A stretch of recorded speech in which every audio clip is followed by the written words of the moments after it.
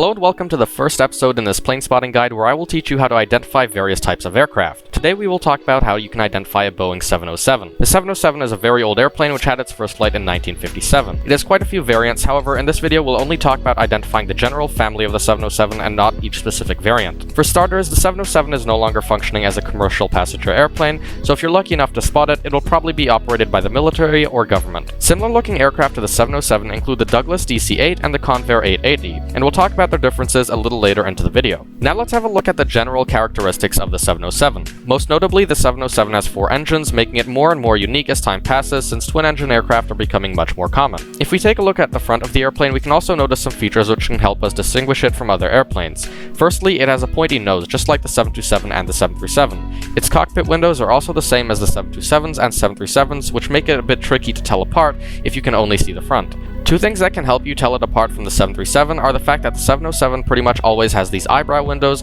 which most 737s nowadays don't. Another thing that you can look at is the nose wheel landing gear door, as it looks quite different from the 737s. Speaking about the landing gear, another way which can help you identifying the 707 is its main landing gear. It has a total of 8 wheels on the main landing gear, which from the side might look like 4, but there's always another wheel on the inside. What's special about the landing gear is that it has almost no tilt, which makes it a unique characteristic as most landing gear usually is quite tilted. That summarizes the main features of the 707. Many of them are not unique to the 707, however using these indications in combination with each other can help you identifying the type. Let's also quickly take a look at how to tell it apart from the Convair 880 and the Douglas DC-8 since they look quite similar. When it comes to the DC-8, your best bet is taking a look at the front.